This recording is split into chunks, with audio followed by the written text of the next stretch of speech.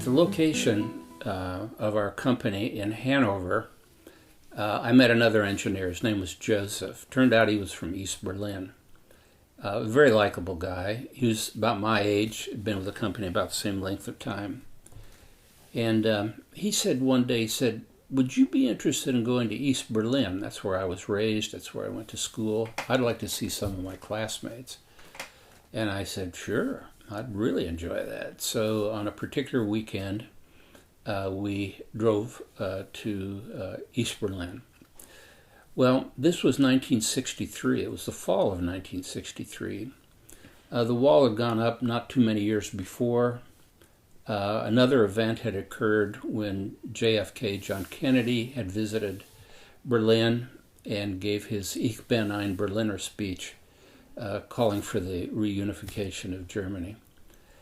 And that plays a part in this. Joseph said, "I have to enter East Berlin through a gate for citizens who hold a passport, a German passport for East Berlin.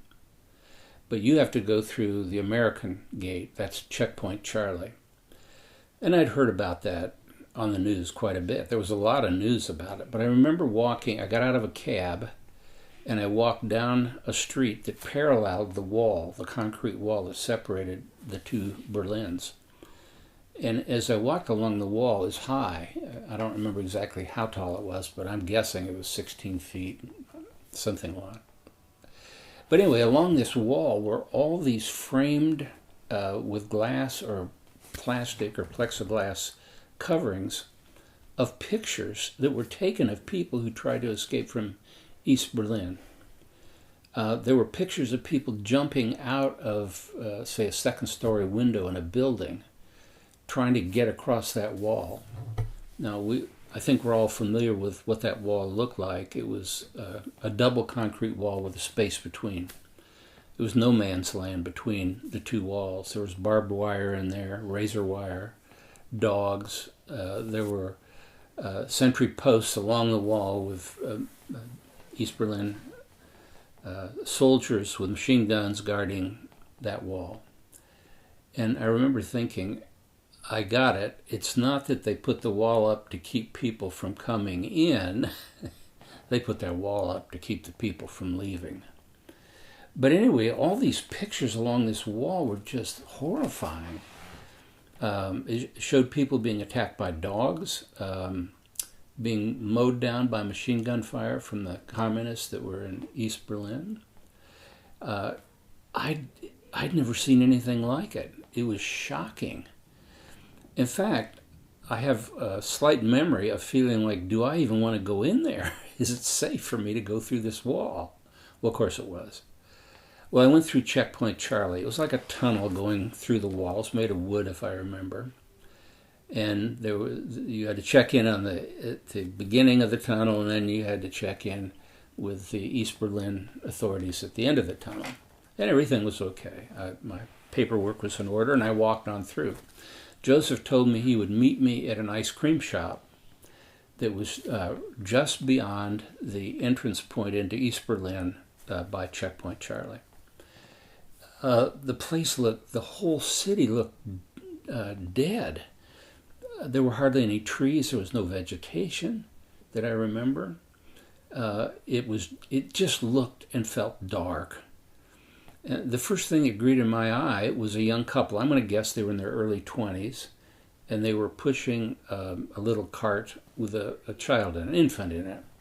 And the little child was doing what little infants do, and moving its arms and kicking its feet and squealing and being a little child, joyful.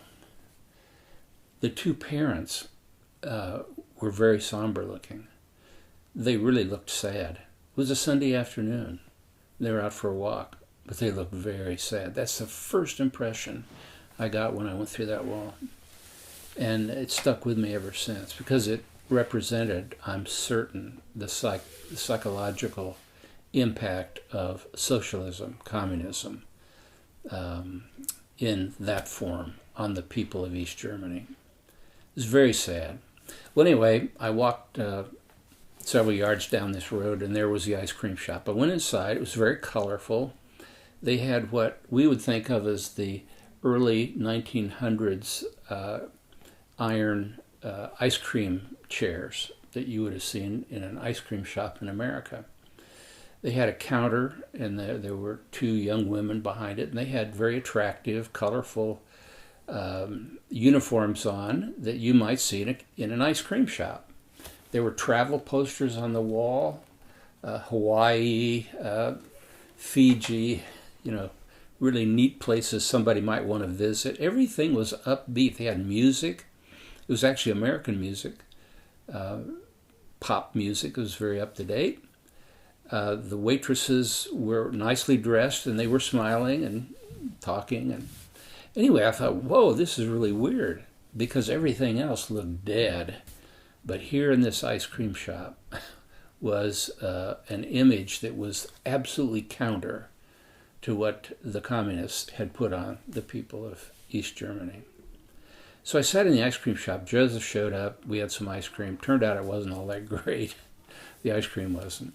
But we enjoyed chatting with the young women. And then we left. He wanted to go to a home in Berlin, a big home that he had lived in as a college student. It was on Kurfürstendammstrasse. That's the main street that runs through Berlin. That building that the students lived in, they rented. It was a huge, probably 17th, 18th century townhouse of some wealthy person way back when. And so we were making our way toward that. As we came to the end of this one street where the ice cream shop was, we turned right. And as we turned right, here was this huge building. It was beautiful. It was very modern. It was like three stories. And in front were risers like you'd see in a choir. And there were hundreds of Russian soldiers. They had their uniforms on. They were all standing on these risers in front of this beautiful building, which we were told was an apartment house. Because we asked, what's going on here? There could have been 200 or 300 soldiers standing on those risers. They were all looking very soldierly, and they all had smiles on their face. And there was a photographer taking a picture. So we asked, or Joseph asked the guy that was taking the picture, what is this? What's going on? And the man said, the East German army is taking this picture, and each of those soldiers will receive a picture, and they are encouraged to send that to their parents to show how the communists, the Russian army, takes care of their young men who are soldiers while they're serving in East Berlin. Well, that's okay. Anyway, we walked on, and then we turned left around this big apartment building. We were told it was an apartment building. And as we turned left, all that apartment building was a gigantic wall. It was like a storefront, a false storefront in a Western movie. There's no building behind it. It was beautifully decorated. It looked just like an apartment house, but there wasn't any substance to it. It was all fake. The whole thing was propaganda, wasn't it? At any rate, that was an eye-opener to see that kind of conduct. It was my first exposure to socialism, communism, and it really didn't sit well. So we walked on. We finally got to Kurfürstendammstrasse and walked up the street, saw a huge cathedral that had been bombed out during World War II, gigantic structure, hadn't been rebuilt at that point. In fact, it may not have been rebuilt even now. Beautiful homes, like I said, 200 or 300 years old. And we made it to the spot where Joseph had lived. And we walked up the steps. He knocks at the door, and a young man came to the door and greeted Joseph warmly. He was one of Joseph's college buddies. And he said, "Oh my goodness, is this an American?" And Joseph said, "Yes, this is Bruce Chester." So he introduced me, and this young man said, "Well, please come in. Oh, this is wonderful." He was speaking English. So he came in, and it's a typical college setup. There was no furniture. They had boxes that they used for chairs, and big boxes they used for tables. And they had a huge wooden spool that you would use to transport heavy cable on. Turned on its flat side, made a huge dining table for them.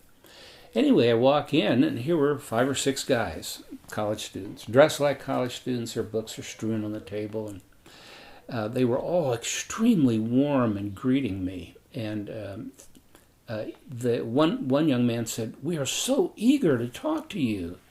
You're actually from America. Please sit down." Well, I felt honored, and I sat down, and they all leaned back on their little chairs, so to speak, and they intently looked at me and said, "Please, tell us about your president, JFK." And I sat there stunned because I didn't particularly like JFK, and I wasn't appropriately educated on American politics. I really didn't have any interest in American politics at that point. That's not true now. But at that point in life, I hadn't thought much about American politics. I just took it for granted we have a president. But what I knew about JFK, I personally didn't like. I won't go into all that.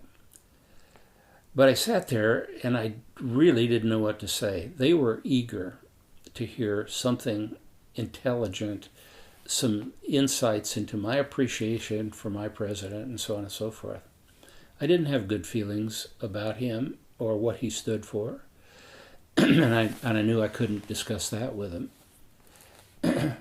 But I told him what I knew, and it only lasted a few minutes. I hardly knew anything that they would have appreciated hearing. I wasn't really up to date on news about what was going on politically in America. But the feeling I had was awful. I thought, I think of myself as an educated man. I have a degree in mechanical engineering. But I can't even say much about the president of my country. And furthermore, they made it very clear that they really appreciated JFK. He had come to Berlin to speak to the issue of divided Germany. They loved that. That was precious to them. And I have nothing to add to it. I've never felt so disappointed in myself as I felt that day. Needless to say, nobody said anything more to me. Nobody asked any questions. It was really an internally embarrassing thing for me. Now, I will say this, that it was highly used, that experience, for me to make some course corrections in who I was. And we'll talk about that later.